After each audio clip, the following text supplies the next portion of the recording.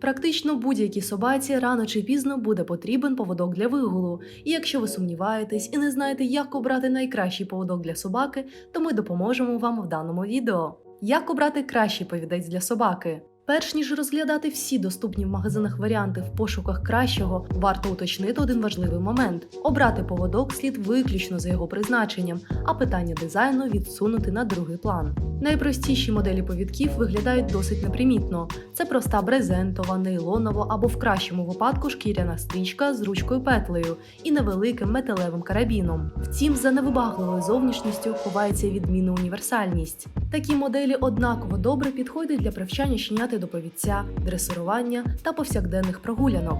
З матеріалом все теж дуже неоднозначно. Вам може здатися, що найкращий вибір – це натуральна шкіра, але в експлуатації вона виявляється найбільш вимогливою. Наприклад, її не можна мочити, інакше поводок швидко задубіє і втратить первісний вигляд. Найбільш зручні при щоденному використанні моделі синтетичних матеріалів, тим більше, що їх можна легко випрати після прогулянки. І не так шкода, якщо грайливе щеня вирішить спробувати поводок на зуб. Основний недолік простого повідця – неможливість регулювання його довжини, тому такі моделі під час прогулянки доводиться тримати двома руками. Втім, оптимальну довжину можна підібрати при покупці. Для привчання краще обмежитись повідцем 120 см, а при дресируванні більше 1,5 метрів, щоб у тварини було більше свободи. Автоматичний поводок-рулетку можна назвати найбільш сучасним варіантом. За рахунок особливої конструкції він позбавлений основного недоліку свого попередника. Довжину можна легко регулювати і контролювати все однією кнопкою, орієнтуючись по ситуації. Рулетки випускаються в двох варіантах – з тросом для собак дрібних порід,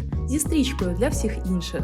Недоліки такого рішення, як це не дивно, також пов'язані з конструкцією. Стрічкові моделі часто перекручуються, тому перед змотуванням їх доводиться розправляти руками, що зводить на нівець всю зручність. Механізм при постійному використанні, особливо при вигулі великих активних собак, швидко виходить з ладу, що тягне за собою втрату контролю в екстреній ситуації і покупку нового повідка. Рулетки не підходять для привчання цуценят.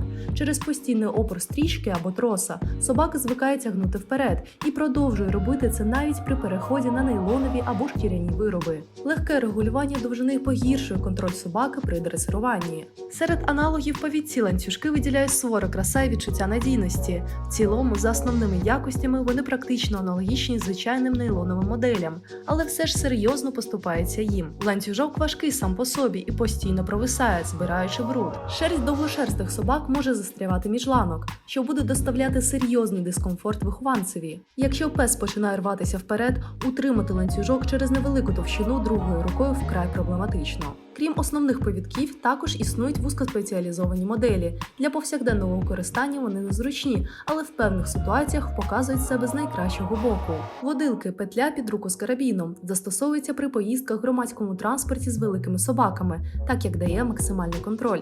З невеликими породами і на прогулянці використовувати її незручно. Ринговка, поводок для виставок, має невеликий карабін або просто накидається петлею на шию. Його основне завдання – бути непомітним при виступі собаки. Для прогулянки не підходить через ненадійність. Сворка – додаткова ланка, що дозволяє пристебнути до одного повідця відразу кілька собак. Непогано підходить тільки для недовгих прогулянок, так як суттєво обмежує свободу всіх вихованців в зв'язці. Якщо ти шукаєш поводок для собаки, тоді залітай на yuitao.com. На yuitao.com представлені всі можливі повідці для собак і не тільки. Великий каталог Yuitao дає можливість покупцеві придбати потрібний товар. Заявки приймаються на сайті. Торгівля ведеться оптом і в роздріб. Здійснюється адресна доставка. На цьому все. Побачимось у наступних відео. Па-па!